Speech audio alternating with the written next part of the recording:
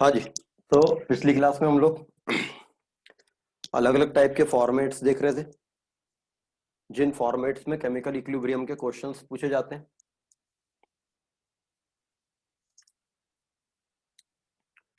One such format is vapour density.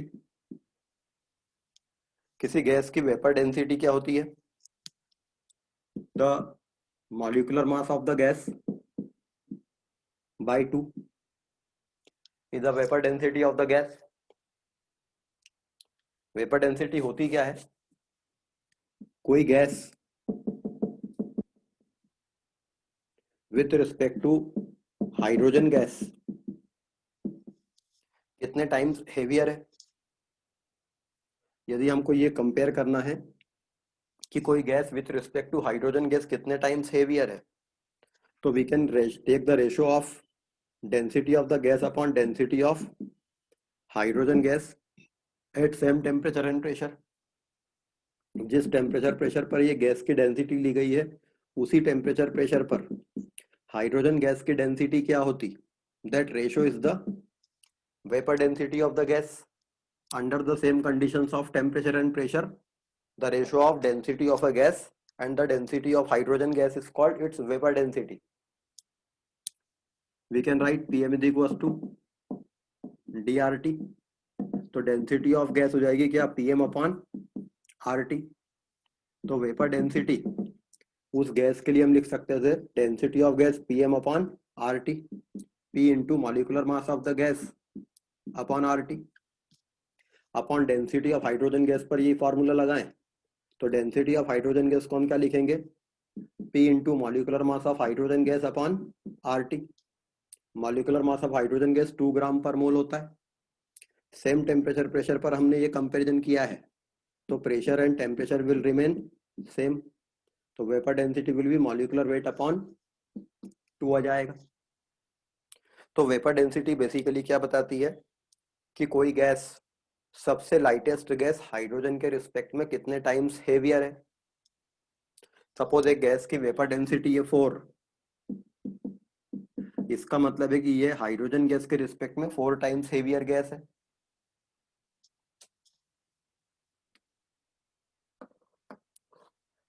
तो liquids की density को वाटर के रिस्पेक्ट में बताया जाता है, that is called relative density. वैसे ही गैसेस की डेंसिटी को हाइड्रोजन गैस के रिस्पेक्ट में बताया जाता है, बिकॉज हाइड्रोजन सबसे लाइटेस्ट गैस है। तो वेपर डेंसिटी के फॉर्मूले में जो 2 आता है, ये हाइड्रोजन गैस के कारण है।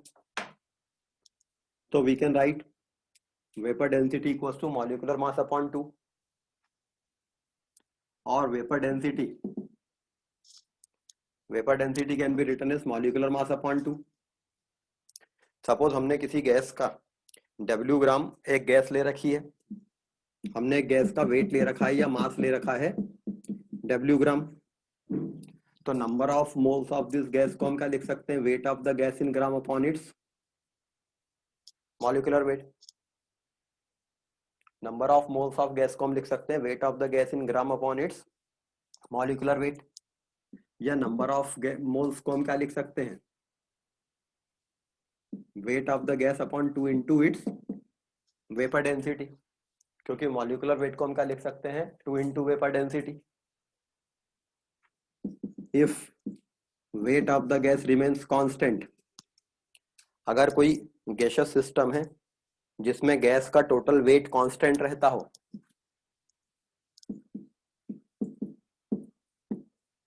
मतलब the term W/2 will remain constant, क्योंकि 2 तो एक नंबर है। तो number of moles of the gas will be inversely proportional to vapour density in that system. उस सिस्टम में number of moles vapour density के इनवर्सली प्रोपोर्शनल होंगे। मतलब एक ऐसा गैसियस सिस्टम जिसका टोटल वेट कांस्टेंट रहता हो, उसमें number of moles vapour density के इनवर्सली प्रोपोर्शनल होते हैं। नाउ सपोज हमारे पास में एक गैसियस इक्विलिब्रियम है, PCl5 will give you PCl3 plus Cl2 at equilibrium। The total pressure is given, equilibrium पर इस सिस्टम का टोटल प्रेशर दिया हुआ है, and the vapour density at equilibrium भी आपको दी हुई है। आपको क्वेश्चन में दे दिया टोटल प्रेशर एट इक्विलिब्रियम इतना है और वेपर डेंसिटी एट इक्विलिब्रियम इतनी है, तो कैलकुलेट केपी। इस सिस्टम का आपको केपी कैलकुलेट करना है। दो चीजें दे रखी हैं, pressure at equilibrium and vapour density at equilibrium. Let number of moles initially इसके थे 1, सपोज इसके इनिशियली 1 मोल थे, ये चाहो तो हम ए मोल मान सकते हैं। सपोज इसके नंबर ऑफ मोल्स इनिशियली थे ए, ये नहीं थे। लेट एट टाइम टी और एट इक्विलिब्रियम इसके एक्स मोल खर्च हो गए, तो इसके एक्स मोल बनेंगे, इसके एक्स मोल बनेंगे, तो टोटल मोल एट इक्विलिब्रियम कितना होगा, that is a minus x plus x, इसके मोल प्लस इसके मोल प्लस इसके मोल, टोटल मोल एट इक्विलिब्रियम होंगे ए प्लस एक्स। अब हमें इक्विलिब्रियम पर वेपर डेंसिटी दे रखी है, तो हम इस सिस्टम के लिए क्या लिख सकते हैं, vapour density initial will be inversely proportional to number of moles initial, and vapor density at equilibrium will be inversely proportional to number of mole at equilibrium। अगर हम इन दोनों का रेशो ले लें, तो vapour density initial upon vapour density at equilibrium will B number of moles at equilibrium upon number of moles initial. यदि इन दोनों का रेशो ले लेंगे तो ये टर्म ऊपर आ जाएगी, इन प्रोपोर्शनलिटी कांस्टेंट या जो भी रहा होगा वो कट जाएगा। यहाँ का प्रोपोर्शनलिटी कांस्टेंट क्या था, W/2। इस सिस्टम में टोटल मास कंजर्व्ड, आपने W ग्राम PCl5 शुरू में लिया था, ये सिस्टम में इक्विलिब्रियम बन गया, लेकिन सिस्टम का टोटल मास W ग्राम ही रहेगा क्योंकि ये क्लोज सिस्टम था ये।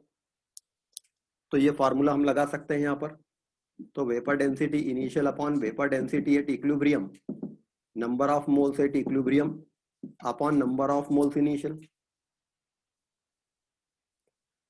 अब ये हमको पता है वेपर डेंसिटी एट इक्विलिब्रियम आपको दे रखी है, लेकिन वेपर डेंसिटी एट इनिशियल आपको नहीं पता है, इनिशियल वेपर डेंसिटी आपको नहीं पता है।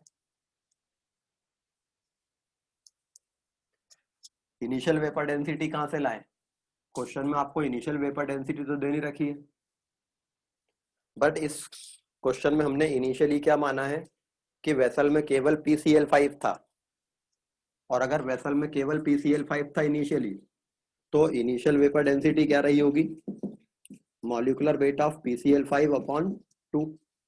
तो इनिशियल वेपर डेंसिटी यहां से ले आएंगे, तो molecular weight of PCl5 upon 2 upon vapour density at equilibrium is equal to A plus x upon A।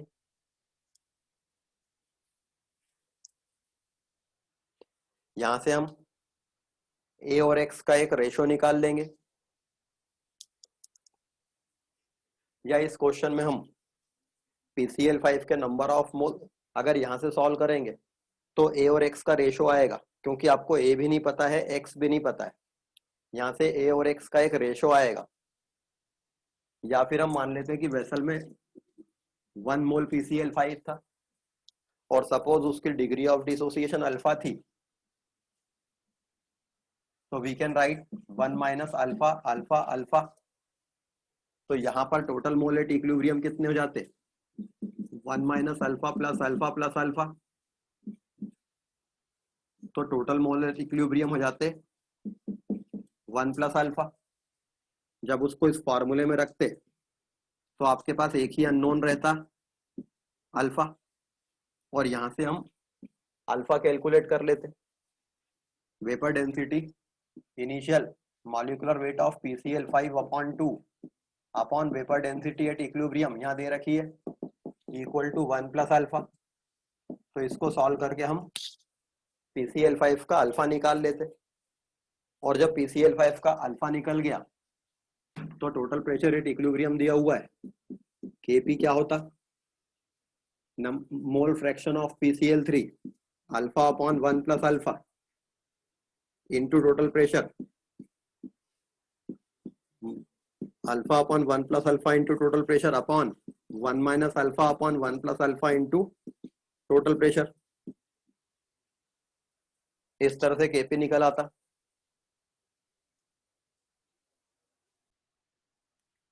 तो यहां से हमने इस प्रकार से अल्फा निकाल लिया।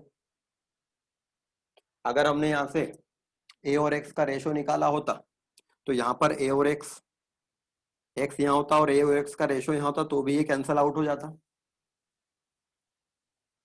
तो अगर आपको एक गैसियस सिस्टम में जिसमें टोटल मास चेंज नहीं हुआ हो, उसकी वेपर डेंसिटी दे रखी हो इक्विलिब्रियम पर, अगर इस सिस्टम की वेपर डेंसिटी एट इक्विलिब्रियम दे रखी है तो Kp इस तरह से निकाला जा सकता था, number of moles at any time in the gaseous system is equal to inversely proportional to vapour density of that gaseous system होता है।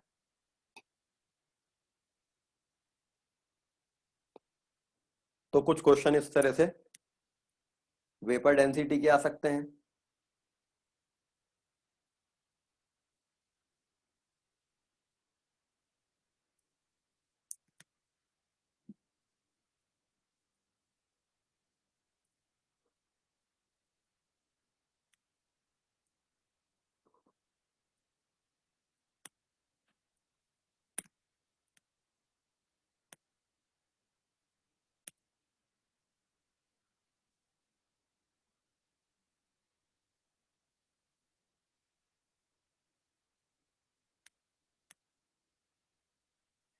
अच्छा, जो वेपर डेंसिटी वाला क्वेश्चन है, जरूरी नहीं है कि आप इसको इस प्रकार से ही सॉल्व करें, इसको इस तरह से भी किया जा सकता था कि PCl5 will give you PCl3 plus Cl2, ये एक इक्विलिब्रियम है, इसके पहले 1 मोल थे, इसके 0 थे, इसके 0 थे, डिग्री ऑफ डिसोसिएशन अल्फा है, total mole at equilibrium 1 plus alpha होते। आपको इसकी वेपर डेंसिटी एट इक्विलिब्रियम दे रखी है। अब वेपर डेंसिटी एट इक्विलिब्रियम दे रखी है, अभी मैंने बताया कि वेपर डेंसिटी क्या होती है, मॉलिक्यूलर मास अपॉन 2, तो मॉलिक्यूलर मास क्या होगा, 2 मल्टीप्लाइड बाय वेपर डेंसिटी। अगर मैंने इस सिस्टम का मॉलिक्यूलर मास निकाला 2 times of vapour density at equilibrium, तो ये मॉलिक्यूलर मास किसका होगा, PCl5 का, PCl3 का या Cl2 का।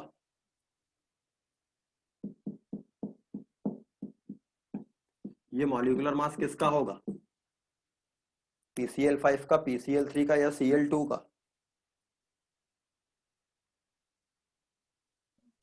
सर PCl5 का। और कोई जवाब, ये मॉलिक्यूलर मास किसका आएगा। सर इक्विलिब्रियम पे इन तीनों गैसेस का जो मिक्सचर होगा उसका मास है।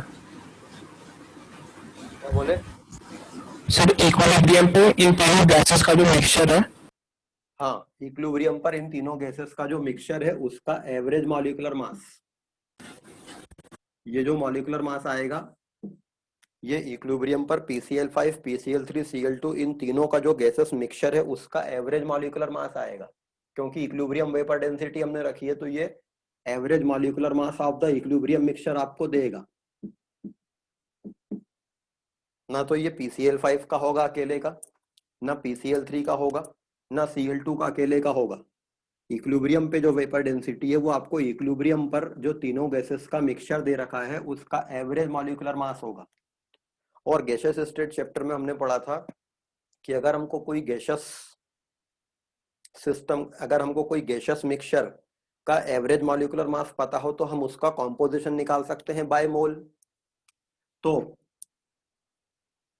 2 times of equilibrium vapour density equals to average molecular mass of the gaseous mixture होगा।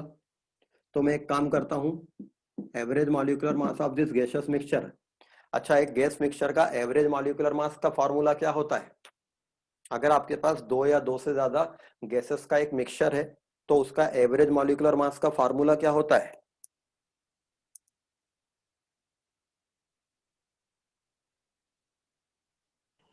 Sir M1 Xi1 plus M2 Xi2 till जितने भी कंपोनेंट्स हैं।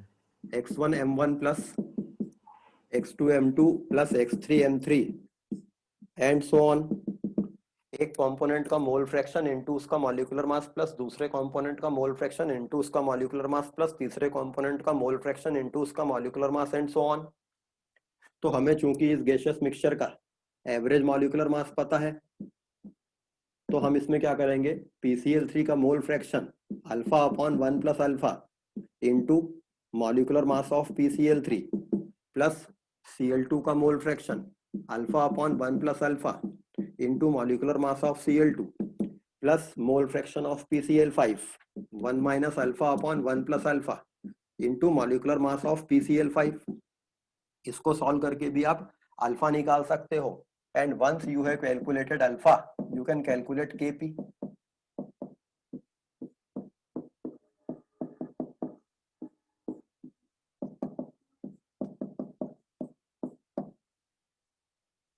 तो इस क्वेश्चन को सॉल्व करने के दो तरीके से, या तो आप ये फॉर्मूला लगा लें, vapour density initial upon vapour density at equilibrium equals to 1 plus alpha upon 1। ये ज्यादा आसान पड़ता, क्योंकि यहाँ इतनी बड़ी इक्वेशन सॉल्व करनी पड़ती है आपको। तो क्वेश्चन वेपर डेंसिटी के आते हैं।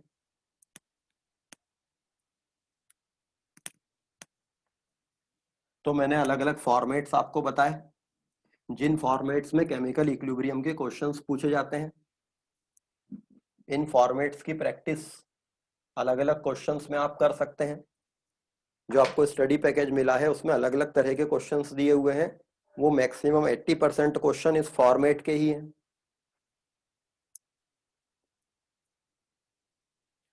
नेक्स्ट, कुछ क्वेश्चन एक अलग फॉर्मेट में आते हैं, साइमल्टेनियस इक्विलिब्रियम।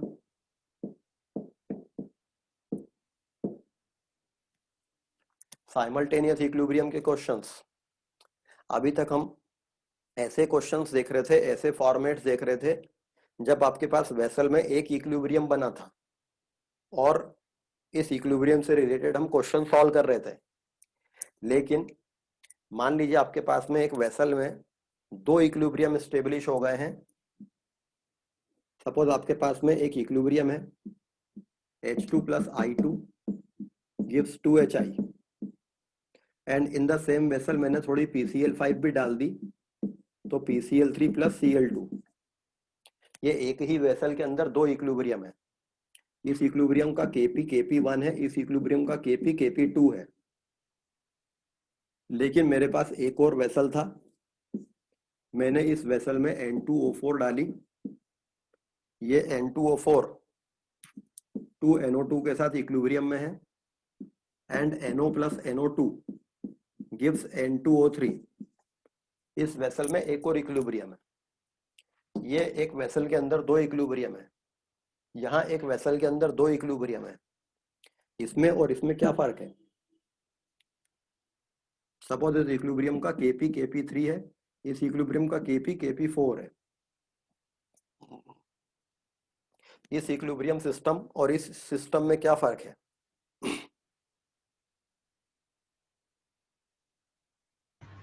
सर Kp3 और Kp4 वाले इक्विलिब्रियम में सारे रिएक्टेंट्स के एलिमेंट सेम है, और Kp1 और Kp2 वाले में एलिमेंट्स अलग अलग हैं। ये तो कोई बहुत अच्छी बात नहीं हुई, फिर भी चलो ठीक है, आपने कुछ तो सोचा। हाँ, और क्या फर्क है इस इक्विलिब्रियम सिस्टम और इस इक्विलिब्रियम सिस्टम में? क्या फर्क है? सर लेफ्ट वाले में नाइट्रोजन के ऑक्साइड्स हैं और राइट में सारे डिस्टिंक्ट मॉलिक्यूल्स हैं। फालतू बात है ये, पर ठीक है, आपने कुछ तो सोचा है। हाँ, सर Kp1 Kp2 वाला एक गैसियस होमोजेनियस वो मिक्सचर भी है। होमोजीनस गैसेस है, ये भी होमोजीनस गैसेस है, ये सब गैसेस होती हैं, वो भी सब गैसेस है, तो यहाँ भी कोई फर्क नहीं है। सर Kp3 Kp4 में हम इक्वेशंस को ऐड करके एक सिंगल इक्वेशन दे सकते हैं। नहीं, चलिए दूसरे तरह से पूछता हूँ इसको। मान लीजिए मैंने इस वेसल के अंदर थोड़ी H2 डाल दी, तो क्या होगा? सिस्टम इक्विलिब्रियम पे थे ये दोनों। अब मैंने वेसल के अंदर थोड़ी सी H2 डाल दी अपने पास से, तो क्या होगा, कौन सा वाला इक्विलिब्रियम डिस्टर्ब होगा?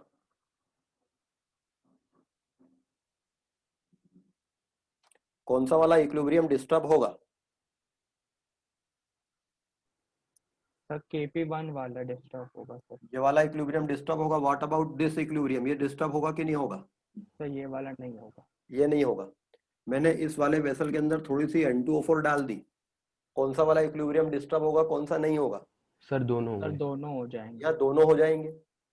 मतलब ये वाला जो सिस्टम है, इसमें एक ही वेसल में दो इक्विलिब्रियम एस्टेब्लिश हुए हैं, but none of their elements are common.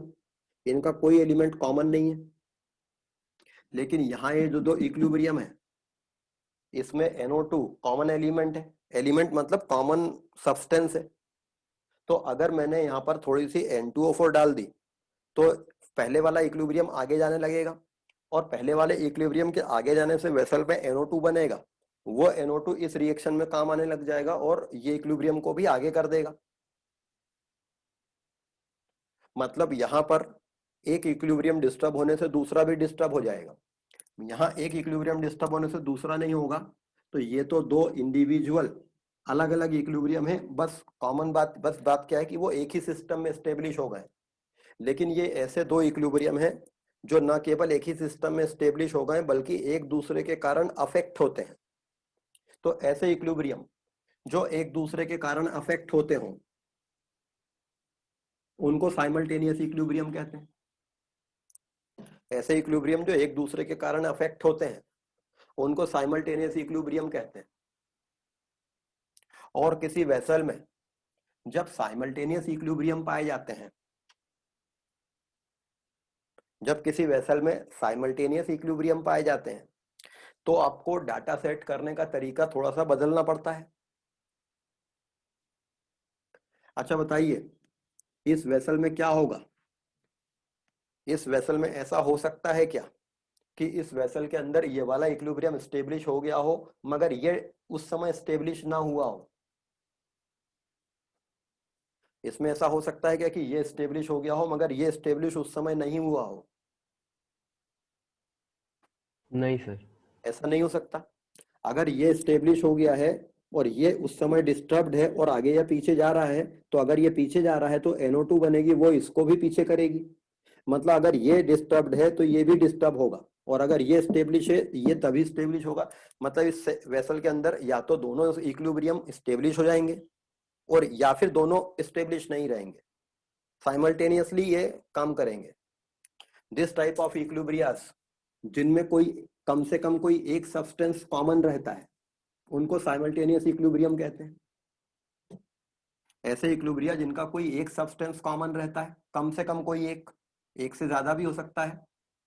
Suppose N2O4 gives 2NO2, ये एक इक्विलिब्रियम जिसका Kp1 है, और N2O3 will give you NO plus NO2, ये एक दूसरा इक्विलिब्रियम है जिसका Kp2 है।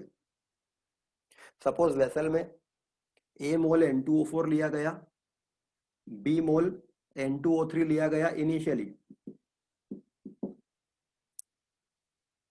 जब ये सिस्टम इक्विलिब्रियम पर पहुंचा तो let X mole of N2O4 has been consumed.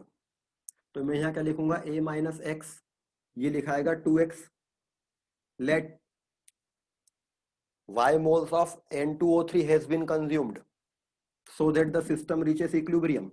तो ये बचेगा B माइनस Y, ये रहेगा Y, ये रहेगा Y। सपोज इनके Kc दिए हुए हैं और इसके नंबर ऑफ मोल इनिशियली थे A, इसके थे 0। Number of mole at equilibrium A minus X, तो ये हो जाएंगे 2X। Number of mole initially थी, इसके थे Y B, इसके number of mole at equilibrium हो जाएंगे B minus Y Y Y। Suppose vessel का वॉल्यूम V लीटर है, तो हम V से डिवाइड कर देंगे तो कॉन्सेंट्रेशन आ जाएगा। या सपोज वेसल का वॉल्यूम 1 लीटर है, ताकि वॉल्यूम की टर्म से हमें प्रॉब्लम ना रहे, तो इसका Kc1 इसका Kc2, ठीक है, तो मैंने लिखा Kc1 is equals to concentration of NO2 की पावर 2। यहाँ पे जो मैंने डाटा सेट किया इसमें क्या गलती है?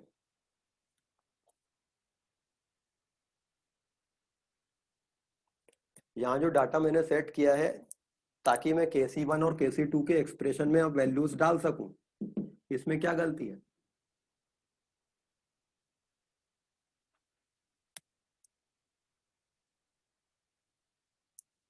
सर ऊपर वाली इक्वेशन में से जो NO2 बनी है वो 2x मोल है और नीचे y लिखा सर आपने। तो क्या लिखना चाहिए?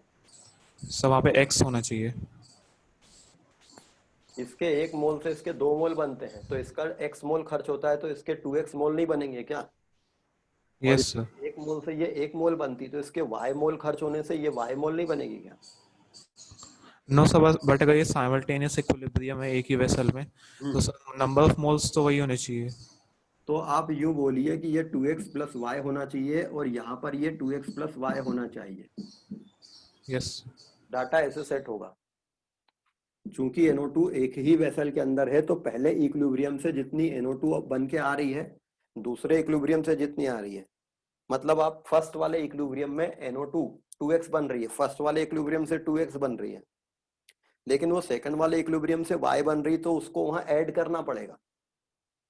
बिकॉज अगर आप यहाँ ऐड नहीं करेंगे तो एक ही वेसल के अंदर NO2 के आप 2 कॉन्सेंट्रेशन लिख रहे होंगे 2x और y, एक ही चीज के 2 कॉन्सेंट्रेशन तो हो नहीं सकते। साइमल्टेनियस इक्विलिब्रियम में डाटा सेट करते समय आपको यह ध्यान रखना पड़ता है कि जो कॉमन स्पीशीज होती है उसका सारे इक्विलिब्रियम से बना हुआ कॉन्सेंट्रेशन ऐड करना पड़ता है, या अगर वो खर्च हो रही है तो सारे इक्विलिब्रियम में जितनी खर्च हो रही है वहां से उसको सबट्रैक्ट करना पड़ता है। अब हम इस वैल्यू को रख के डाटा सेट करेंगे 2x plus y upon volume of the vessel का square upon a minus x upon volume, ये Kc1 की इक्वेशन होगी, and y upon volume of the vessel 2x plus y upon volume of the vessel का square नहीं आएगा यहाँ, upon b minus y upon volume of the vessel, concentration of NO2 का square upon concentration of N2O4, concentration of NO into concentration of NO2 upon concentration of N2O3, ये Kc1 Kc2 होंगे।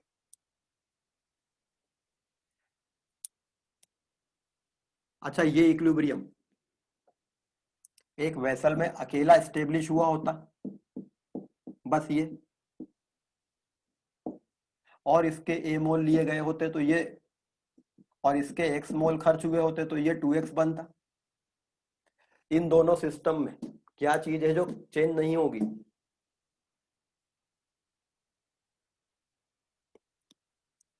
इन दोनों system में क्या चीज है जो change नहीं होगी? सर N2O4 जितना खर्च हुआ है वो चेंज नहीं होगा। नहीं, वो चेंज हो जाएगा, वो सपोज Z है। क्या चीज है जो चेंज नहीं होगी? वो है Kc की वैल्यू। Kc की वैल्यू वही रहेगी, लेकिन अब की बार ये अलग खर्च होगा ताकि वो रेशो उतना ही लाया जाए, क्योंकि अभी इस रेशो को लाने में y भी ऐड हो रहा है यहाँ पे, तो ये x की वैल्यू यहाँ की और इसकी वैल्यू अलग आएगी। मतलब इक्विलिब्रियम कांस्टेंट चेंज नहीं होता है, इक्विलिब्रियम कांस्टेंट की वैल्यू वही रहती है, लेकिन इक्विलिब्रियम पर जो कॉन्सेंट्रेशन रहने हैं वो बदल जाते हैं। इक्विलिब्रियम कांस्टेंट की वैल्यू कब चेंज होती? जब टेम्परेचर चेंज किया जाता।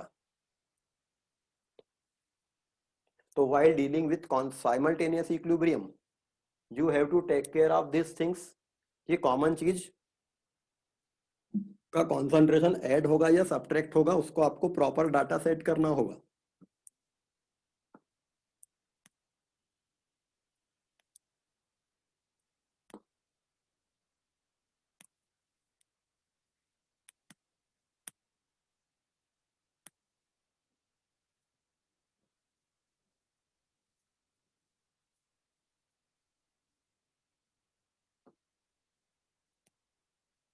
ठीक है, तो this is the simultaneous equilibrium.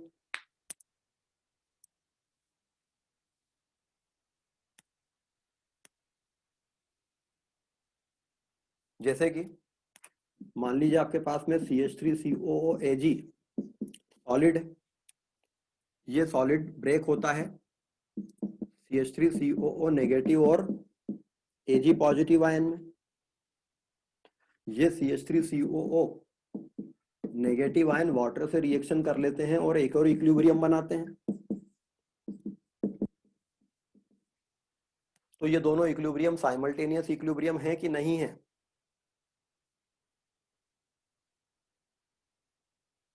ये दोनों इक्विलिब्रियम साइमल्टेनियस इक्विलिब्रियम है या नहीं है?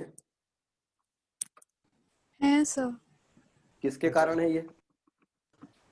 CH3COO minus. CH3COO minus acetate ion के कारण ये साइमल्टेनियस इक्विलिब्रियम है।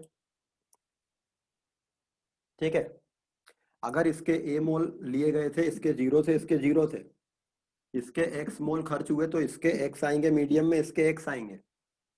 लेकिन ये जो X है, अब ये तो आपने लिए नहीं थे, आपने सिर्फ ये डाला था मीडियम में, ये X आ गया। अब ये X आ गया तो ये इस वाले के लिए इनिशियल का काम करेगा।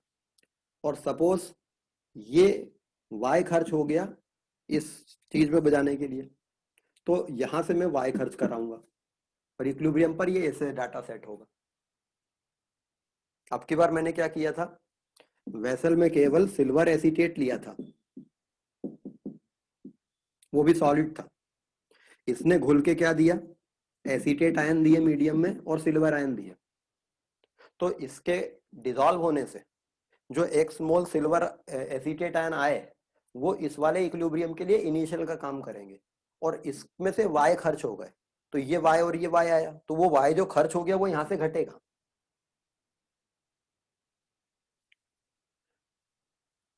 तो केमिकल इक्विलिब्रियम में काफी कम क्वेश्चंस आपको साइमल्टेनियस इक्विलिब्रियम के मिलेंगे, लेकिन इसका जो अगला चैप्टर है आयनिक इक्विलिब्रियम, उसमें आपको मैक्सिमम या almost all question simultaneous equilibrium के मिलेंगे।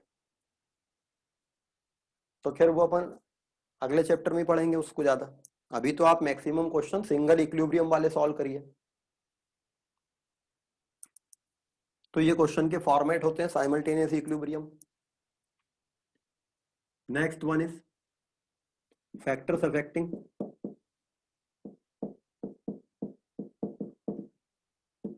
a chemical equilibrium.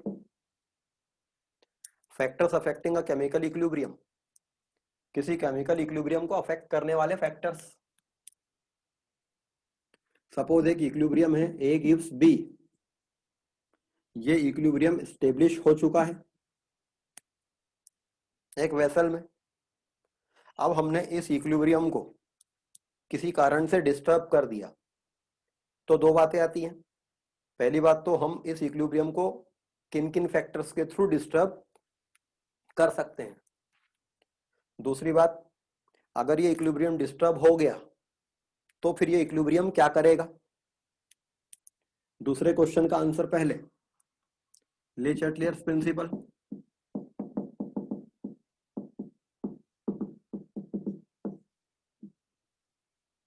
ले Chatelier's principle, whenever an equilibrium is disturbed by changing some factors, then the equilibrium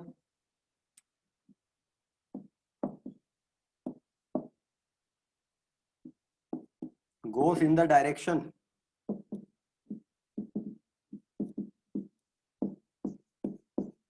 where it can nullify the effect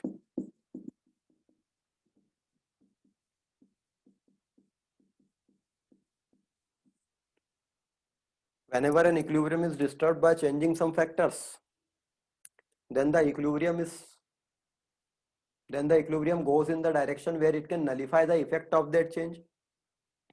अगर आप किसी chemical equilibrium को disturb करते हैं तो इक्विलिब्रियम उस डायरेक्शन में प्रोसीड होता है जिस डायरेक्शन में आपने जो चेंज दिया है उसको वो नलिफाई कर सके, उसके इफेक्ट को। This is called Le Chatelier's principle. whenever an equilibrium is disturbed by changing some factors, then the equilibrium goes in the direction where it can nullify the effect of that change.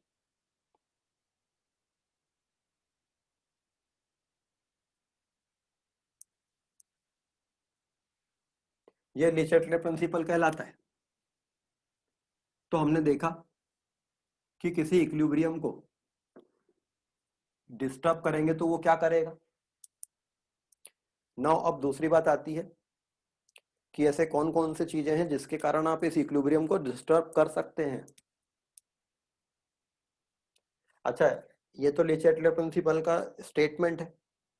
Mathematical बात हम क्या बोल सकते हैं, जब एक equilibrium disturb हो जाता है, जब एक इक्विलिब्रियम स्टेब्लिश रहता है, मतलब इसका और इसका कॉन्सेंट्रेशन का रेशो केसी के बराबर रहता है। अब यदि हमने इस रेशो को डिस्टर्ब कर दिया तो ये रेशो बदलकर क्यू हो जाएगा। मतलब जब कोई इक्विलिब्रियम डिस्टर्ब हो जाता है मतलब उसका रेशो क्यू हो जाता है और ये क्यू वापस के होने की टेंडेंसी रखता है। क्यू अगर के से छोटा हो जाता है तो क्यू बढ़कर के होने की कोशिश करता है और अगर क्यू के से बड़ा कर देते हो आप तो वो घटकर वापस के होने की टेंडेंसी रखता है। इसके लिए या तो वो फॉरवर्ड जाता है या बैकवर्ड जाता है equilibrium. Now the question is कि आप कौन कौन से फैक्टर्स ऐसे हैं जिनको चेंज करके किसी केमिकल इक्विलिब्रियम को डिस्टर्ब कर सकते हो। चेंज इन कॉन्सेंट्रेशन, अगर आप इक्विलिब्रियम पर किसी स्पीशीज का कॉन्सेंट्रेशन चेंज करते हो इससे वो इक्विलिब्रियम डिस्टर्ब हो जाता है, फिर वो इक्विलिब्रियम रिस्पॉन्ड करता है, फॉरवर्ड या बैकवर्ड में जाता है ताकि वो आपके द्वारा दिए गए इफेक्ट को कैंसल आउट कर सके। तो अगर आपके पास में एक इक्विलिब्रियम में PCl5 will give you PCl3 plus Cl2, ये इक्विलिब्रियम एस्टेब्लिश था। अब आपने इक्विलिब्रियम पर इसके A मोल थे, इसके B मोल थे, इसके C मोल थे, वेसल का वॉल्यूम V था, तो आपने कुछ मोल PCl5 ऐड कर दिए। अगर आपने इक्विलिब्रियम पर कुछ मोल PCl5 ऐड कर दिए तो ये इक्विलिब्रियम किस डायरेक्शन में जाएगा?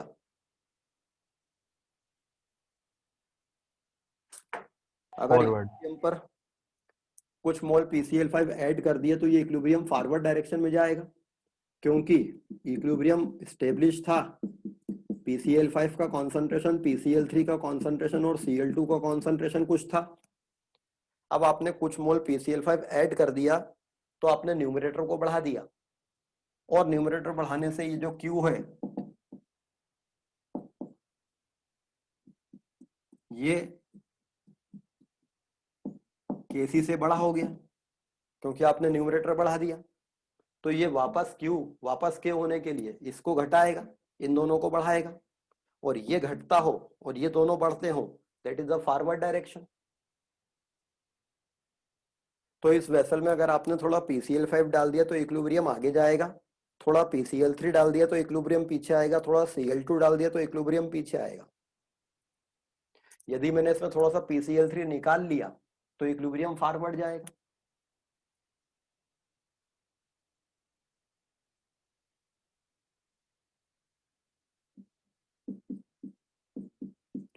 इस इक्विलिब्रियम में जब ये इक्विलिब्रियम स्टेब्लिश था और इस इक्विलिब्रियम में अगर मैंने थोड़ा सा CO2 डाल दिया तो क्या होगा? बैकवर्ड। इक्विलिब्रियम बैकवर्ड जाएगा। अगर मैंने इस इक्विलिब्रियम में थोड़ा सा CO2 डाल दिया तो इक्विलिब्रियम बैकवर्ड जाएगा। थोड़ा सा CO2 निकाल लिया तो इक्विलिब्रियम फॉरवर्ड जाएगा। फॉरवर्ड जाएगा। यदि CO2 ऐड कर दिया तो इक्विलिब्रियम बैकवर्ड जाएगा, थोड़ा सा CO2 निकाल लिया तो इक्विलिब्रियम फॉरवर्ड जाएगा, थोड़ा CaO ऐड कर दिया तो किधर जाएगा? सेम रहेगा। सॉलिड है इसलिए वो इक्विलिब्रियम को डिस्टर्ब नहीं करेगा। तो अगर मैंने इस इक्विलिब्रियम में थोड़ा कैल्शियम कार्बोनेट डाल दिया, इक्विलिब्रियम आगे नहीं जाएगा। कैल्शियम कार्बोनेट निकाल लिया, इक्विलिब्रियम पीछे नहीं आएगा। Solids does not affect the equilibrium. Mathematically भी हम बता सकते हैं, इस सिस्टम का केसी कॉन्सेंट्रेशन ऑफ CO2 बस था, तो this equilibrium will be disturbed by changing only the concentration of CO2 by adding some calcium carbonate or by adding some calcium oxide. You are not changing the concentration of these species. Solids के concentration constant रहते हैं। तो यहाँ ध्यान रखना है कि change in concentration word लिखा है, चेंज इन अमाउंट नहीं लिखा है। यदि मैं थोड़ा कैल्शियम कार्बोनेट वेसल में ऐड कर रहा हूं तो मैं वेसल में अमाउंट ऑफ कैल्शियम कार्बोनेट बढ़ा रहा हूं, लेकिन उसका कॉन्सेंट्रेशन नहीं चेंज कर रहा हूं। तो equilibrium is disturbed by changing the concentration. तो ऐसी चीजें जिनका कॉन्सेंट्रेशन चेंज नहीं होता है सिस्टम में, जैसे सॉल्वेंट और सॉलिड्स, उनके कारण इक्विलिब्रियम डिस्टर्ब नहीं होता है। चेंज इन प्रेशर,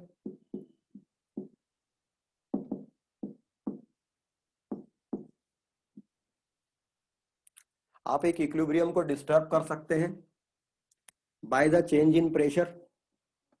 अगर किसी केमिकल इक्विलिब्रियम में प्रेशर चेंज किया जाता है, सपोज आपके पास में एक इक्विलिब्रियम था, PCl5 will give you PCl3 plus Cl2, तीनों गैस है। सपोज इक्विलिब्रियम पर इसके A मोल, इसके B मोल, इसके C मोल थे, वेसल का वॉल्यूम V था, टेम्परेचर T था। आपने इस गैसियस इक्विलिब्रियम को एस्टेब्लिश कर रखा था। नाउ आपने पिस्टन को नीचे मूव कराया और इस गैसियस मिक्सचर को कंप्रेस किया, जिससे प्रेशर बढ़ गया।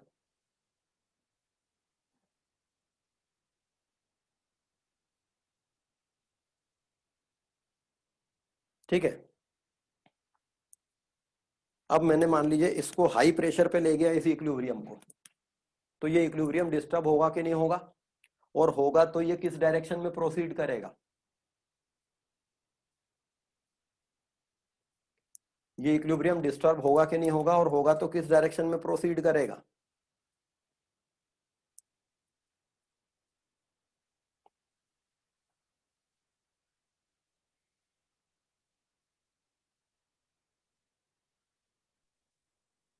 फॉरवर्ड डायरेक्शन में। हाँ? सर डिस्टर्ब होगा और बैकवर्ड डायरेक्शन में मूव करेगा। डिस्टर्ब हो जाएगा और बैकवर्ड डायरेक्शन में मूव करेगा। बैकवर्ड डायरेक्शन में क्यों मूव करेगा? सर क्योंकि वॉल्यूम कम हो गया तो PCl और PCl2 और PCl3 और Cl2 अब जल्दी जल्दी कोलाइड करेंगे और PCl5 भी ज़्यादा बनने लगेगा, और वॉल्यूम कम होने से PCl5 के टूटने में ज़्यादा फर्क नहीं पड़ना चाहिए।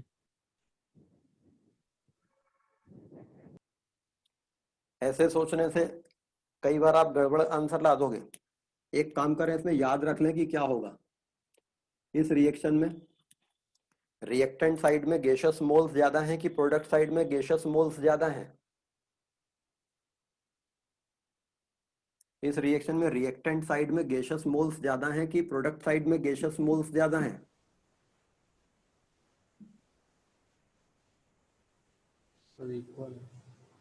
अरे इधर एक मोल गैस है, इधर 2 मोल गैस के हैं ना। प्रोडक्ट साइड में गैसियस स्पीशीज ज्यादा है। Number of gaseous species, number of gaseous moles,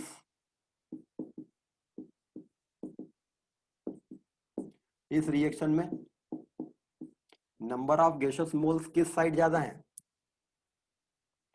reactant side. Reactant side. इसमें रिएक्टेंट साइड में गैसियस मोल्स ज्यादा है या प्रोडक्ट साइड में गैसियस मोल्स कम है?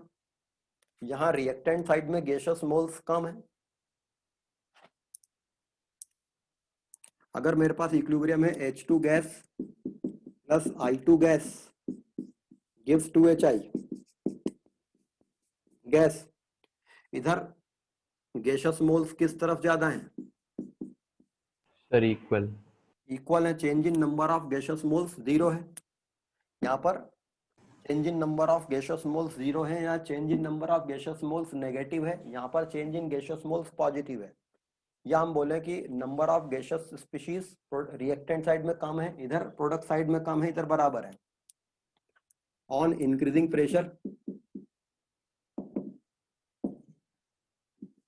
on increasing pressure the equilibrium shifts in the direction where there is less number of gaseous moles।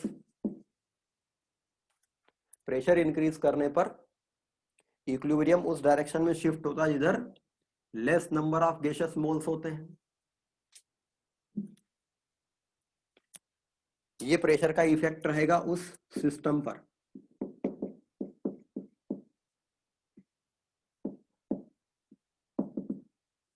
On increasing pressure, the equilibrium will shift in the direction where there is less number of gaseous moles। Pressure increase करने पर equilibrium उधर जाता है जिधर less number of gaseous moles होंगे। इसी का उल्टा लिख सकते हैं प्रेशर डिक्रीज करने पर।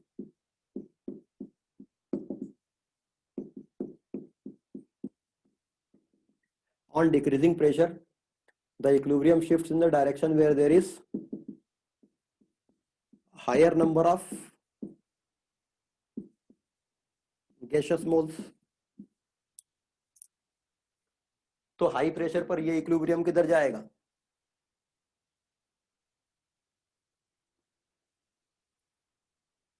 हाई प्रेशर पर ये वाला इक्विलिब्रियम किधर जाएगा?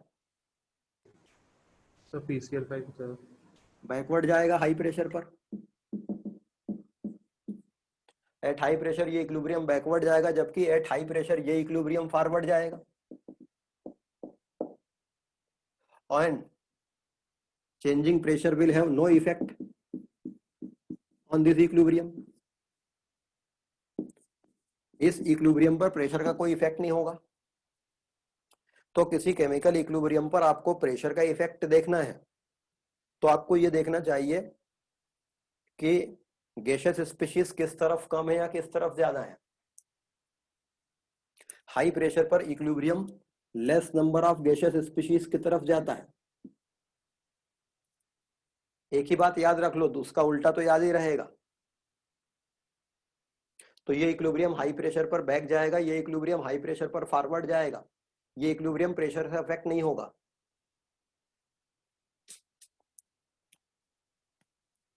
मगर ऐसा होता क्यों है? इस बात को हम जस्टिफाई कर सकते हैं।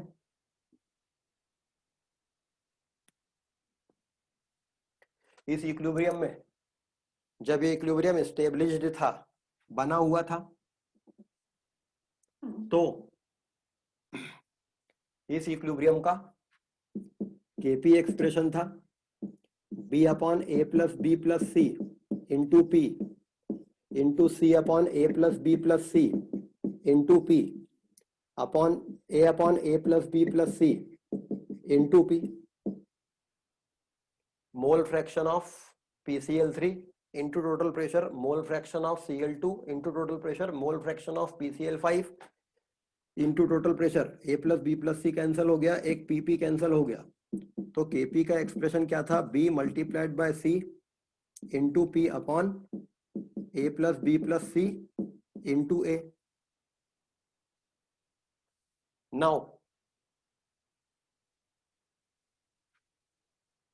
इस गैसियस सिस्टम पर ये P जो है वो इक्विलिब्रियम प्रेशर है।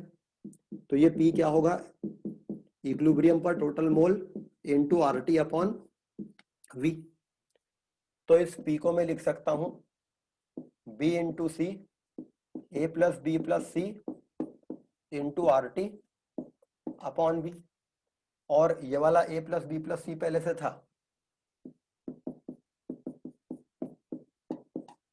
तो ये दोनों भी कैंसिल हो जाएंगे।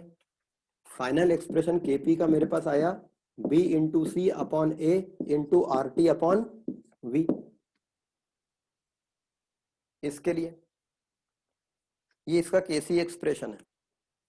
अब मैंने इस इक्विलिब्रियम पर क्या किया? प्रेशर बढ़ा दिया। प्रेशर बढ़ाने से क्या होगा? वॉल्यूम कम होगा। प्रेशर बढ़ाने से जब वॉल्यूम कम होगा तो केपी डिस्टर्ब होगा कि नहीं होगा? जब मैं इस इक्विलिब्रियम पर प्रेशर बढ़ाऊंगा जिससे वेसल का वॉल्यूम कम होगा तो केपी बदलेगा कि नहीं बदलेगा? मींस केपी डिस्टर्ब होगा कि नहीं? डिस्टर्ब होगा क्योंकि होगा। वॉल्यूम कम हो रहा है, तो ये वाली टर्म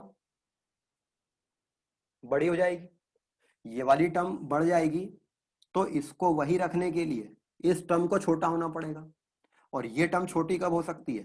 जब बी और सी छोटे होते हो और ए बढ़ता हो। बी और सी कम होते हो और ए बढ़ता हो, ये कब होगा? इस एक्सप्रेशन में बी सी की वैल्यू कम होकर ए की वैल्यू बढ़ जाती, वो कब होगा? बैकवर्ड डायरेक्शन में कि बैकवर्ड डायरेक्शन में? Backward direction. बैकवर्ड डायरेक्शन में, क्योंकि बैकवर्ड डायरेक्शन में बी सी कंज्यूम होकर ए बनता है।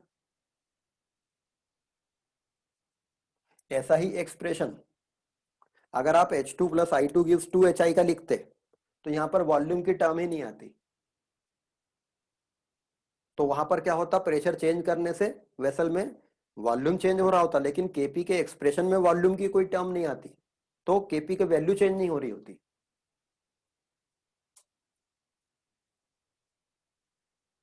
तो change in pressure on increasing pressure the equilibrium shifts in the direction where there is less number of gaseous moles. इसी प्रकार से अगर आपने इस पिस्टन को ऊपर मूव करा दिया होता, सिस्टम का वॉल्यूम बढ़ गया होता, सिस्टम का वॉल्यूम अगर बढ़ गया होता, वॉल्यूम बढ़ने से ये टर्म छोटी हो जाती, ये छोटी होती तो इस टर्म को बढ़ना पड़ता ताकि ये वही रहे। और ये टर्म बढ़ेगी कब? जब बीसी बढ़ेगा और ए कम होगा। बीसी बढ़ता है, ए कम होता है फॉरवर्ड डायरेक्शन में। तो ये बात जस्टिफाई होती है।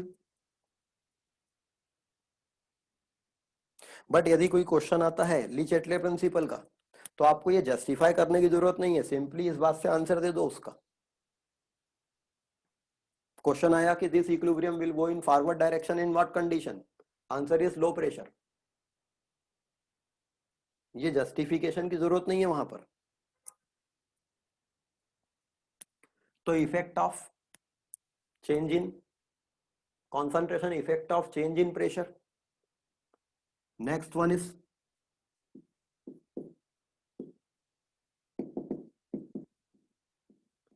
change in temperature.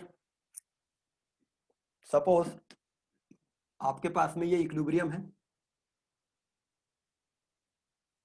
सपोज आपके पास में ये इक्विलिब्रियम है, PCl5 will give you PCl3 plus Cl2.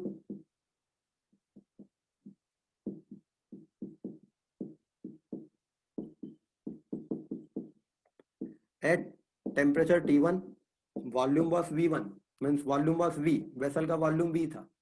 Equilibrium पर इसके A मोल थे, इसके B मोल थे, इसके C मोल थे। वेसल में प्रेशर P था, सिस्टम में इक्विलिब्रियम एस्टेब्लिश था। अब मैंने इसका टेम्परेचर बढ़ा के T2 कर दिया, मैंने इसका टेम्परेचर बढ़ा के T2 कर दिया। यदि मैंने इसका टेम्परेचर बढ़ा के T2 कर दिया तो ये इक्विलिब्रियम फॉरवर्ड जाएगा कि बैकवर्ड जाएगा?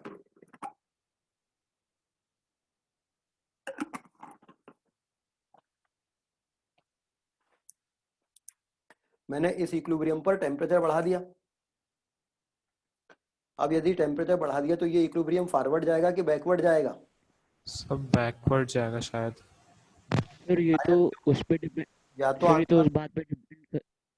हेलो हाँ, सर ये तो उस बात पे डिपेंड करेगा कि कौन सा एंडोथर्मिक है और कौन सा एक्सोथर्मिक। तो ये इक्विलिब्रियम फॉरवर्ड जाएगा कि बैकवर्ड जाएगा? Sir forward. फॉरवर्ड क्यों जाएगा? सर बैकवर्ड जाएगा, बैकवर्ड क्यों जाएगा? क्योंकि सर जैसे हमने पिछले वाली टर्म में लिखा था कि Kp equals to BC by RT by AV, ये लिखा उसमें हुआ है। RT बाय V की टर्म बढ़ जाएगी, इसलिए BC बाय A की टर्म कम होनी पड़ेगी।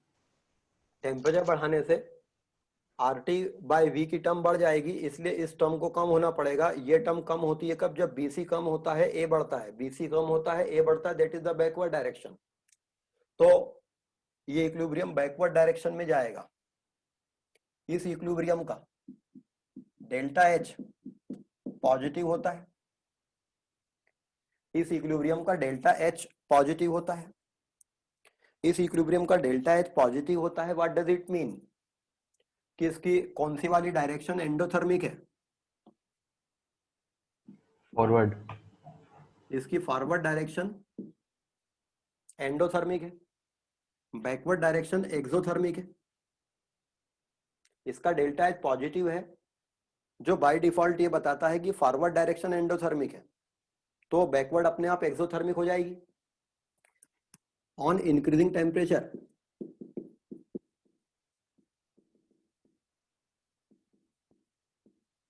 an equilibrium shifts in the endothermic direction।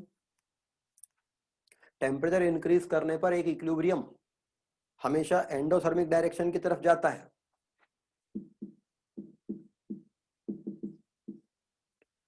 On decreasing temperature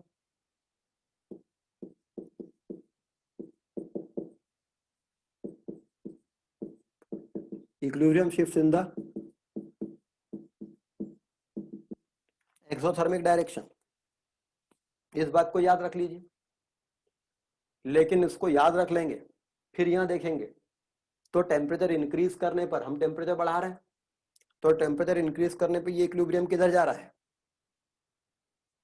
forward direction endothermic है, तो टेम्परेचर इंक्रीज करने पर ये इक्विलिब्रियम इसके हिसाब से फॉरवर्ड जाना चाहिए, लेकिन यहां जो हमने एक्सप्लेनेशन दिया उसके हिसाब से ये इक्विलिब्रियम बैकवर्ड जाना चाहिए। कॉन्ट्राडिक्टरी हो रहा है, तो फाइनल बताइए ये इक्विलिब्रियम फॉरवर्ड जाएगा कि बैकवर्ड जाएगा? इक्वेशन से देखें या ये जो हमने लिखा है उससे देखें।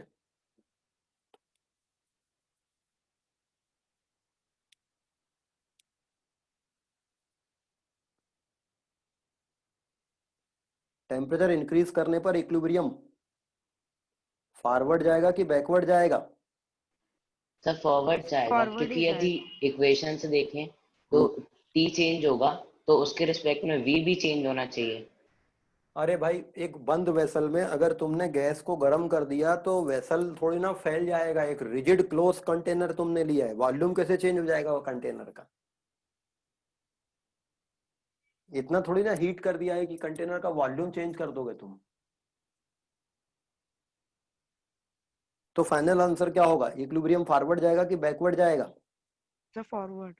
फॉरवर्ड क्यों जाएगा? इक्वेशन तो बोल रही बैकवर्ड जाएगा, इक्वेशन गलत क्यों बोल रही है? सर क्योंकि उस टाइम पे हमने कांस्टेंट टेम्परेचर पे किया था। तो अब बदल दिया। तो सर यहाँ पे टेम्परेचर चेंज हो रहा है, वो कांस्टेंट टेम्परेचर के लिए था।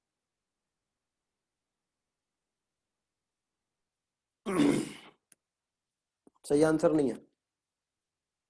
और कोई?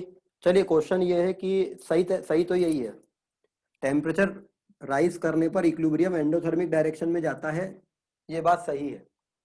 क्वेश्चन इस कि हमारी इक्वेशन गलत आंसर क्यों दे रही है? इक्वेशन गलत आंसर दे रही जबकि प्रेशर का तो उसने सही आंसर दिया था।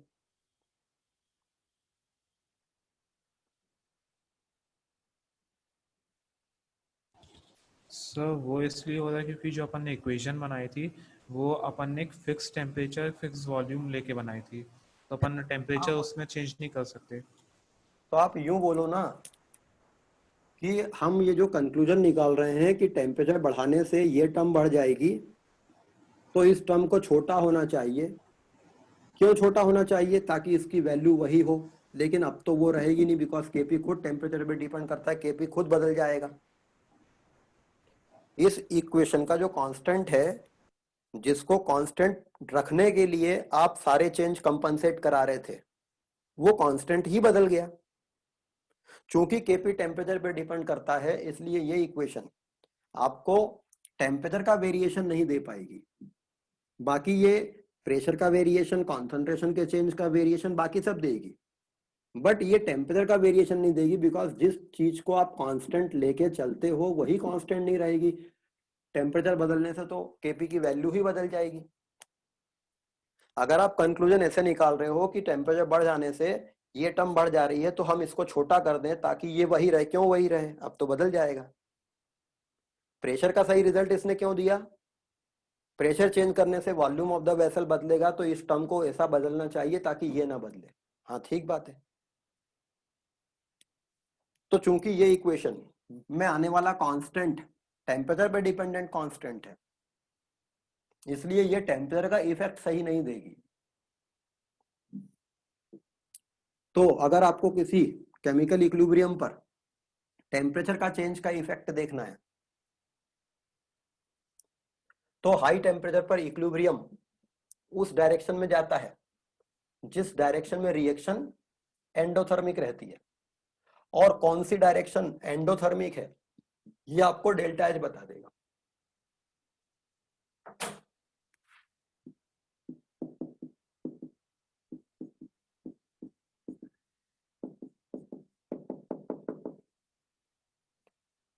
इस रिएक्शन का डेल्टा एच नेगेटिव है। हाई टेम्परेचर पर ये इक्विलिब्रियम किधर जाएगा?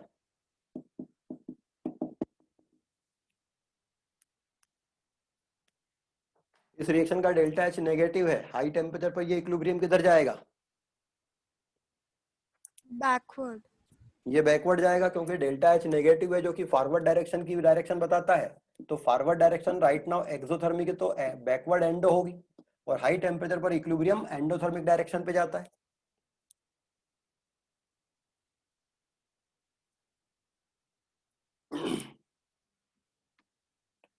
अच्छा,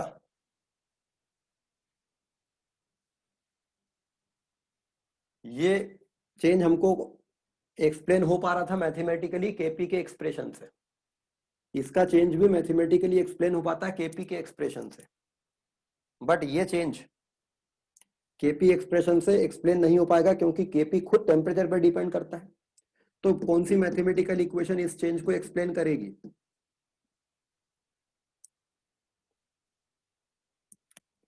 want Hoff equation log of kp2 upon kp1 equals to delta H of the reaction upon 2.303 R 1 upon T1 minus 1 upon T2. This equation can explain the effect of temperature। ये वाला देखिए, यदि मैंने temperature बढ़ाया तो T2 बड़ा होगा T1 से, और यदि T2 बड़ा होगा T1 से तो ये पूरी टर्म पॉजिटिव रहेगी। ये पूरी टर्म पॉजिटिव रहेगी तो ये रेशो, ये पूरी टर्म पॉजिटिव रहेगी ये वाली। यदि T2 बड़ा है T1 से तो ये पूरी टर्म पॉजिटिव है, तो ये टर्म पॉजिटिव रहेगी कि नेगेटिव रहेगी?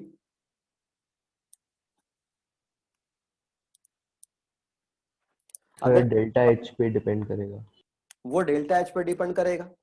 अगर मैंने टेम्परेचर बढ़ाया है तो ये टर्म तो पॉजिटिव रहेगी, पर ये टर्म पॉजिटिव रहेगी कि नेगेटिव रहेगी वो डिपेंड करेगा डेल्टा एच पर।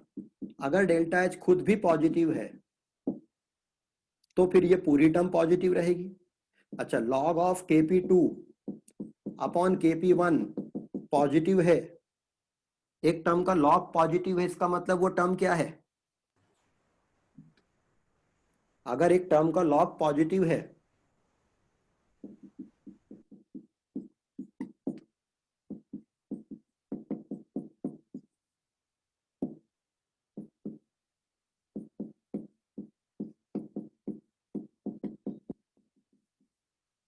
अगर एक टर्म का log पॉजिटिव है इसका मतलब क्या है?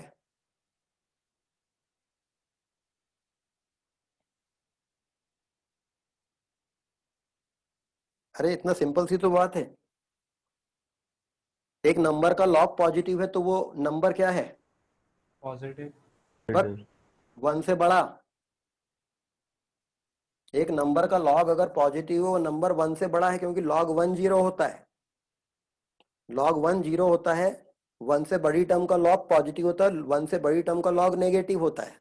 तो ये रेशो पॉजिटिव है, जो कि ये रेशो का log पॉजिटिव है, मतलब ये ratio kp2 upon kp1 greater than 1 है, मतलब kp2 ग्रेटर देन kp1 है।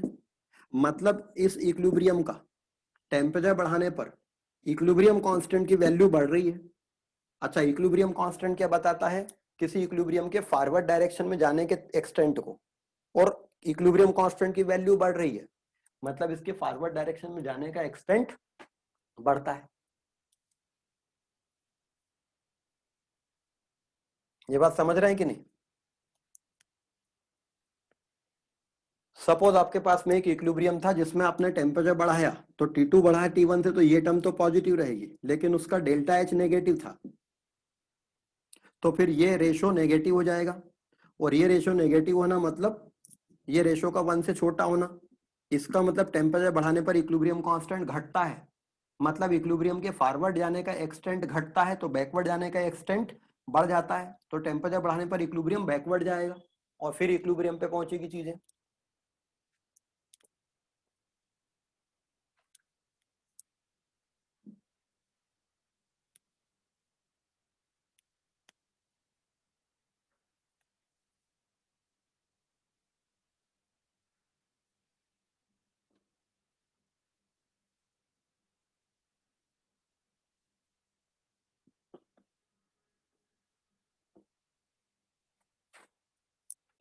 ये जो वांट ऑफ इक्वेशन है, equilibrium constant of a reaction equal to some constant term e to the power minus delta H upon RT, actual equation ये रहती है। किसी केमिकल इक्विलिब्रियम का इक्विलिब्रियम कांस्टेंट टेम्परेचर पे कैसे डिपेंड करता है? एक constant term e to the power minus delta H upon RT, मगर ये e की पावर के टर्म्स में इक्वेशन है, इसमें दोनों तरफ लॉग ले लेते हैं, तो log of K equilibrium equals to log of term b minus delta H upon RT, तो e की वैल्यू हट गई, मगर ये लॉग बेस e वाला है, इसको लॉग बेस 10 करने के लिए 2.303 log base 10 K equilibrium equals to 2.303 log of term b minus delta H upon RT लिख सकते हैं। 2.303 डिनोमिनेटर में आ गया, log of K equilibrium equals to log of term b minus delta H of the reaction upon 2.303 RT। ये equation equilibrium constant का temperature के साथ वेरिएशन बताती है। वो जो इक्वेशन हमने लिखी थी, log of k equilibrium 2 upon k equilibrium 1 equals to delta h upon 2.303 r 1 upon t1 minus 1 upon t2, जो अभी लिखी थी, इस इक्वेशन को दो अलग अलग टेम्परेचर पे लिख के सबट्रैक्ट कर देने से आ जाती है। अगर इस इक्वेशन को दो अलग अलग टेम्परेचर के लिए लिखा जाए तो ये log of k equilibrium 1 b तो चेंज नहीं होगा, ये t1 हो जाएगा, फिर log of k equilibrium 2 b change नहीं होगा, ये T2 हो जाएगा, और फिर सबट्रैक्ट कर दो।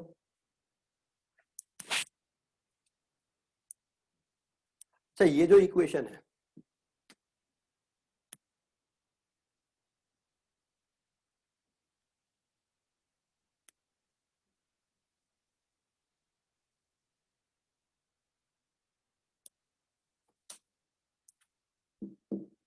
log of k equilibrium equals to log of term b minus delta h of the reaction upon 2.303 r t। ये जो इक्वेशन है, इस इक्वेशन में हम देख रहे हैं क्या कि अगर आप किसी रिएक्शन का टेम्परेचर चेंज करते हो तो उसका इक्विलिब्रियम कांस्टेंट चेंज होता है, मतलब इसके वेरी होने से ये वेरी करता है, ये लगभग कांस्टेंट रहते दोनों। इस इक्वेशन को हम स्ट्रेट लाइन की equation y equals to mx plus c से कंपेयर कर सकते हैं। तो अगर मैं y एक्सिस पर इसकी टर्म को और x एक्सिस पर लेकर इसकी टर्म को लेकर एक ग्राफ प्लॉट करूं तो y equals to mx plus या माइनस c से मैं कंपेयर इसको कर सकता हूं। तो अगर मैं y एक्सिस पर log of k equilibrium, x axis पर रेसिप्रोकल ऑफ टेम्परेचर के बीच में ग्राफ प्लॉट करूं तो y एक्सिस इंटरसेप्ट आएगी log b। इस लाइन का स्लोप क्या आएगा, पॉजिटिव स्लोप आएगा कि नेगेटिव स्लोप आएगा? इस ग्राफ में स्लोप क्या आएगा, पॉजिटिव स्लोप पे डिपेंड करेगा। है। किस पे डिपेंड करेगा? सर एच पे डिपेंड करेगा। इस लाइन का स्लोप डेल्टा एच के साइन पे डिपेंड करेगा। If delta H is positive then slope will be negative.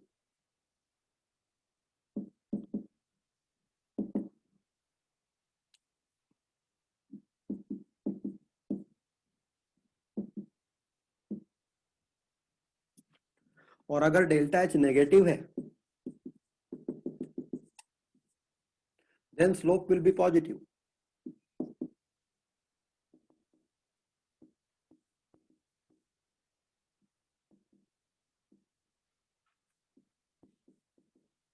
ठीक है,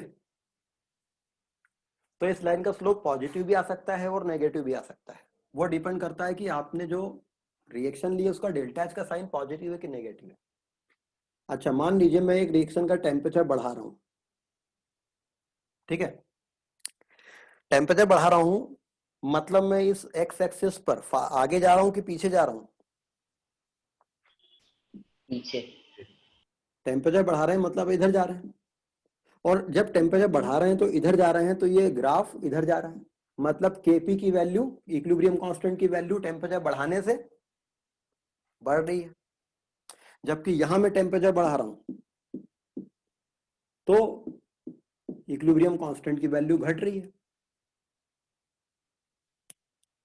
तो ऐसी रिएक्शन जिनमें डेल्टा एच पॉजिटिव रहता है वहां टेम्परेचर बढ़ाने से इक्विलिब्रियम कांस्टेंट की वैल्यू बढ़ती है, और जहां डेल्टा एच नेगेटिव रहता है वहां टेम्परेचर बढ़ाने से इक्विलिब्रियम कांस्टेंट की वैल्यू घटती है।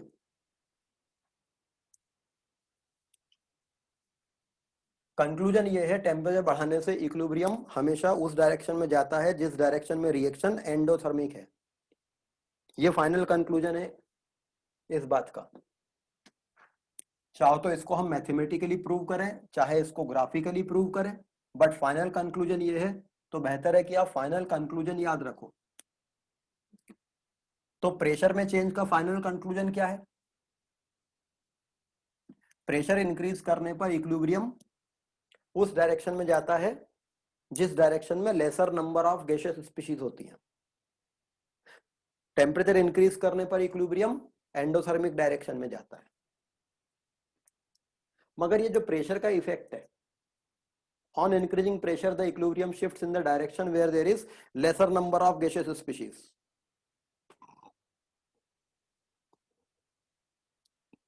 इसमें एक गड़बड़ हो सकती है। मान लो आपको कोई ऐसा इक्विलिब्रियम दे रखा हो जिसमें कोई गैसेस स्पीशीज ही नहीं है, और उसमें आपने प्रेशर चेंज कर दिया। H2O solid will give you H2O liquid, या diamond is converting into graphite, और इसमें आपने प्रेशर चेंज कर दिया। टेम्परेचर का इफेक्ट तो डेल्टा एच से पता लग जाएगा, टेम्परेचर में प्रॉब्लम नहीं है। ये वाला इक्विलिब्रियम प्रेशर से अफेक्ट होगा कि नहीं होगा? इसमें कोई गैसेस स्पीशीज नहीं है, ये वाला इक्विलिब्रियम प्रेशर से अफेक्ट नहीं हो रहा था, बिकॉज इसमें गैसेस स्पीशीज थी मगर change in number of gases species 0 था। तो ये इक्विलिब्रियम प्रेशर से डिस्टर्ब होगा कि नहीं होगा? सर नहीं होगा। होगा। अगर गैसेस स्पीशीज हो दोनों तरफ बराबर क्वांटिटी में तो नहीं होता है, प्रेशर का इस पर कोई इफेक्ट नहीं होता है।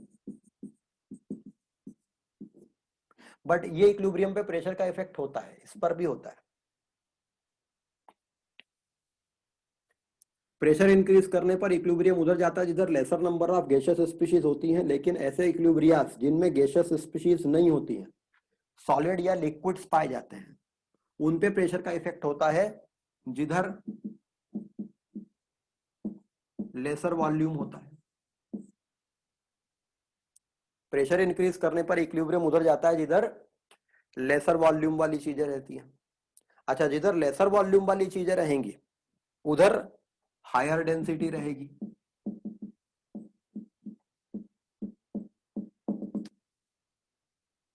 जिधर लेसर वॉल्यूम वाली चीजें रहेंगी, वॉल्यूम ऑफ द वेसल तो उतना ही है, तो उधर हायर डेंसिटी वाली चीजें जिस तरफ रहेंगी। लिक्विड वाटर की डेंसिटी आइस से ज्यादा होती है, तो हाई प्रेशर पर ये इक्विलिब्रियम फॉरवर्ड जाएगा, क्योंकि लिक्विड वाटर की डेंसिटी हाई रहती है। डायमंड की डेंसिटी ज्यादा रहती है ग्रेफाइट से, तो हाई प्रेशर पर हाई डेंसिटी वाले सब्सटेंस की तरफ इक्विलिब्रियम जाएगा। तो अगर आपके इक्विलिब्रियम में गैसियस स्पीशीज प्रेजेंट है तो आप देख लीजिए हाई प्रेशर पे जिधर less number of gaseous species होंगी। लेकिन किसी इक्विलिब्रियम में गैसियस स्पीशीज प्रेजेंट नहीं है, सॉलिड या लिक्विड्स प्रेजेंट है, तो उधर देखिए डेंसिटी किधर ज्यादा है या किधर कम है। On increasing pressure, equilibrium shifts in the direction where there is less number of gaseous species or there is lesser volume substance, means higher density substance.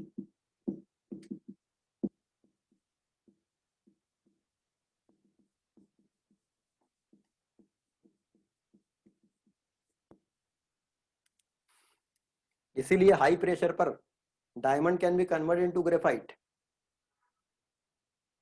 High pressure and high temperature, because इस reaction का delta H negative होता है, मतलब forward direction एक्सो होती है, backward endo होती है।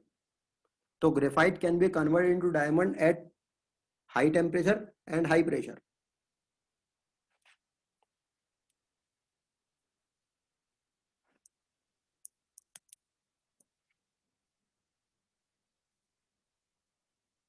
The effect of change in concentration किसी इक्विलिब्रियम पर, the effect of change in pressure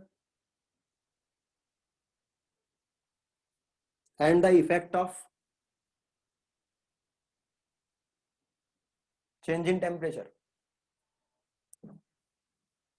Next one is the addition of inert gas. The effect of addition of some inert gas to a equilibrium system. Suppose एक vessel में आपके पास PCl5 थी gas, gives PCl3 plus Cl2, तीनों gas है। Equilibrium पर इसके A मोल थे, इसके B मोल थे, इसके C मोल थे। वेसल क्लोज था, इसका वॉल्यूम V था, टेम्परेचर T था, प्रेशर P था। अब मैंने N mole nitrogen gas add कर दी, मैंने N mole nitrogen gas add कर दी इसमें, तो ये इक्विलिब्रियम डिस्टर्ब होगा कि नहीं होगा, और होगा तो फॉरवर्ड जाएगा कि बैकवर्ड जाएगा।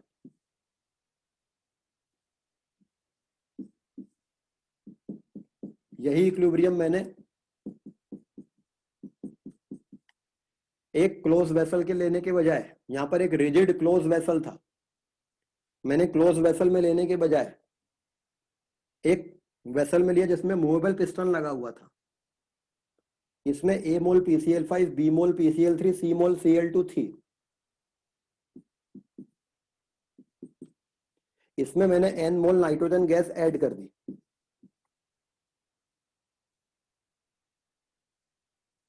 पहले वाला केस,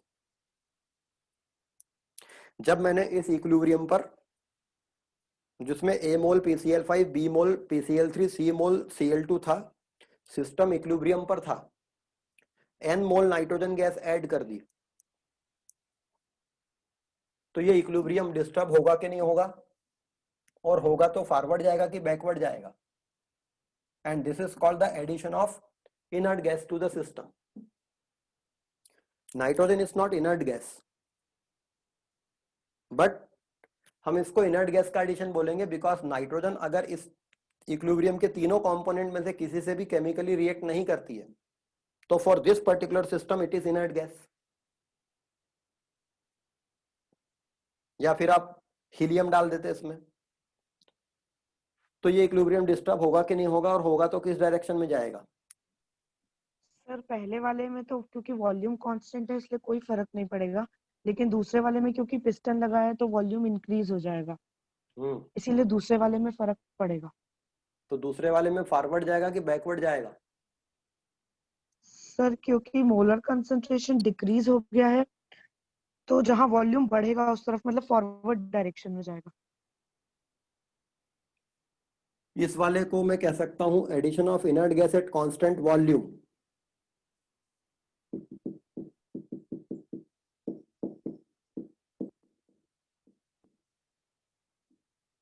और सेकंड वाले को कह सकता हूं the addition of inert gas at constant pressure.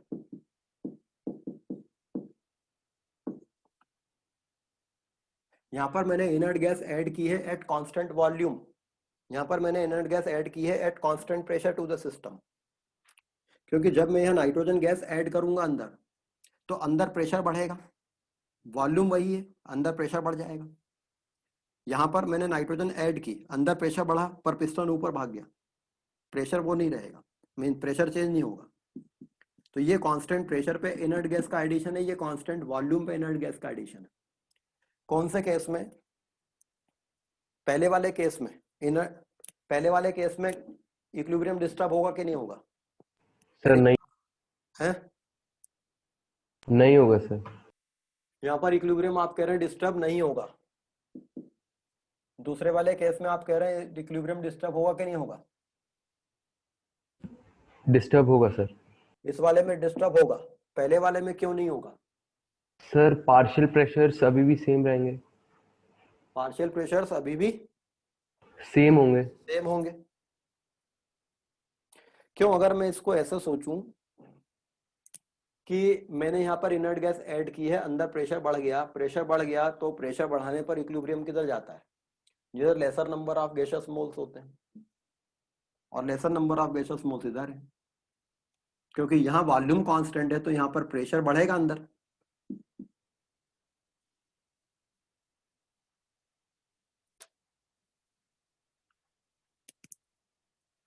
आप कह रहे हो कि इसमें कांस्टेंट वॉल्यूम पे इनर्ट गैस ऐड करने से इक्विलिब्रियम डिस्टर्ब नहीं होगा। अगर मैं ये सब सोचता हूं कि कांस्टेंट वॉल्यूम है और मैंने इनर्ट गैस ऐड कर दी तो अंदर उसने प्रेशर बढ़ा दिया, और अगर अंदर उसने प्रेशर बढ़ा दिया तो प्रेशर बढ़ने का इफेक्ट तो आता है ना इक्विलिब्रियम पे, इक्विलिब्रियम प्रेशर से डिस्टर्ब होता तो है, और यहाँ प्रेशर चेंज नहीं हो रहा है।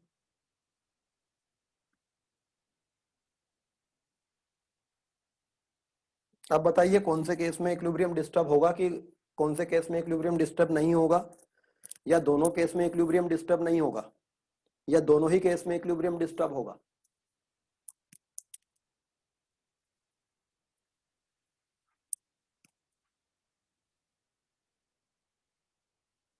सर दोनों में होगा क्योंकि एक में प्रेशर चेंज हो रहा है, दूसरे में वॉल्यूम चेंज हो रहा है। अच्छा, पहले वाले में कैसे चेंज होगा? फॉरवर्ड जाएगा कि बैकवर्ड जाएगा? सर बैकवर्ड जाएगा। और दूसरे वाले में? फॉरवर्ड जाएगा। The addition of inert gas at constant pressure on an equilibrium has no effect on the equilibrium. अगर किसी इक्विलिब्रियम पर इनर्ट गैस ऐड की जाती है at constant volume, it does not affect that equilibrium. However, the addition of inert gas at constant pressure to the equilibrium disturbs that equilibrium, and the equilibrium goes in the direction where there is more number of gaseous species.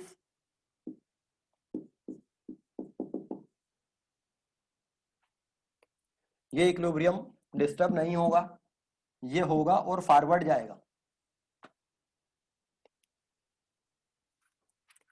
The addition of inert gas at constant volume जब करते हैं तो उसको ऐसा देखना गलत है कि कांस्टेंट वॉल्यूम पे इनर्ट गैस ऐड की है, वॉल्यूम कांस्टेंट है, मोल बढ़ जाएंगे अंदर, और मोल बढ़ जाएंगे तो अंदर प्रेशर बढ़ जाएगा, और प्रेशर बढ़ जाएगा तो हम प्रेशर के बढ़ने का इफेक्ट देख लें।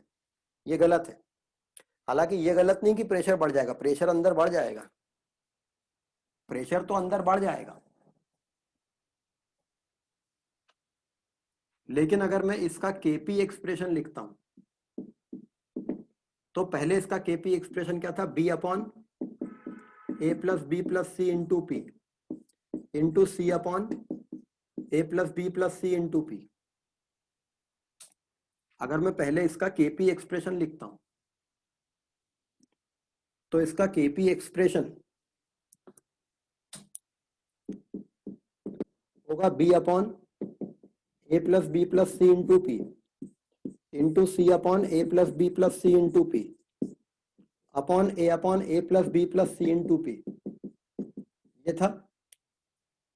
अब अगर मैंने कांस्टेंट वॉल्यूम पर इनर्ट गैस ऐड की तो वो इनर्ट गैस के n मोल जब आएंगे तो यहां मोल कितने हो जाएंगे total, a plus B plus C plus n। उससे ये टर्म छोटी हो जाएगी, कौन, मोल फ्रैक्शन कम हो जाएगा, लेकिन प्रेशर बढ़ गया है। इनर्ट गैस का एडिशन क्या करेगा, वेसल में प्रेशर बढ़ा देगा लेकिन स्पीशीज के मोल फ्रैक्शन को कम कर देगा। Mole fraction multiplied by total pressure, ये प्रोडक्ट पार्शियल प्रेशर वही रहेगा। इसी प्रकार से C अपॉन ए प्लस बी प्लस n इस टर्म को छोटा कर देगा लेकिन ये बढ़ रहा है तो ये प्रोडक्ट उतना ही रहेगा। A upon A plus B plus C plus n, ये टर्म छोटी हो जाएगी मगर ये बढ़ जाएगी तो ये प्रोडक्ट चेंज नहीं हुआ करेंगे, मतलब पार्शियल प्रेशर किसी का भी चेंज नहीं करेगा ये। लेकिन अगर आपने प्रेशर कांस्टेंट रखा, जब आपने pressure of the system constant रख के काम किया तो अब आप इनर्ट गैस ऐड कर रहे हैं, प्रेशर वही रख रहे हैं, ये टर्म घट रही है, ये टर्म घट रही है, ये टर्म घट रही है। न्यूमरेटर में 2 टर्म घट रही है, डिनोमिनेटर में एक ही टर्म घट रही है, तो न्यूमरेटर को आपको बढ़ाना पड़ेगा, फॉरवर्ड ले जाओ इक्विलिब्रियम को, उससे न्यूमरेटर बढ़ता है क्योंकि न्यूमरेटर में 2 टर्म छोटी हो रही है।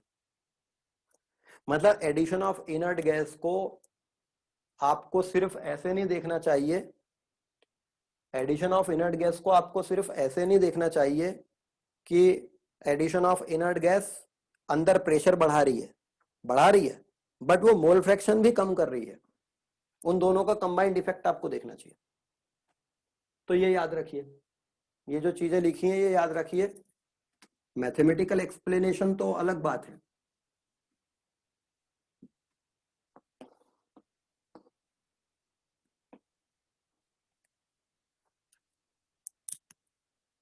so this is the theory for chemical equilibrium chapter.